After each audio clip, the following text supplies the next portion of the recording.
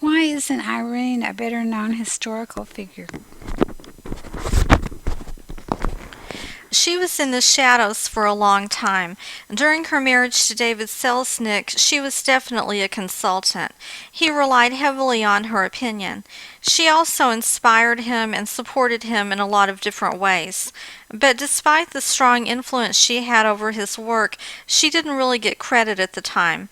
I think this was due in part to the conventions of the era. Wives were expected to stay in the background and tend to domestic responsibilities.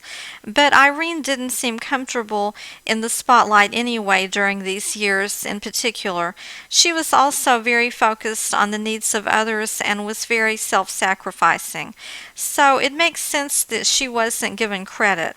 Later, when she became a successful Broadway producer, I think a lot of people wrote her off as a rich, bored socialite who was basically just financing shows for her own amusement, like an expensive hobby. But it wasn't like that at all. Irene was deeply and personally involved in her productions. She was a hands-on producer, working closely with the playwright, the director, and the cast. It's time she received recognition both as a collaborator of her husband and for her own career as an accomplished producer who helped blaze the trail for women.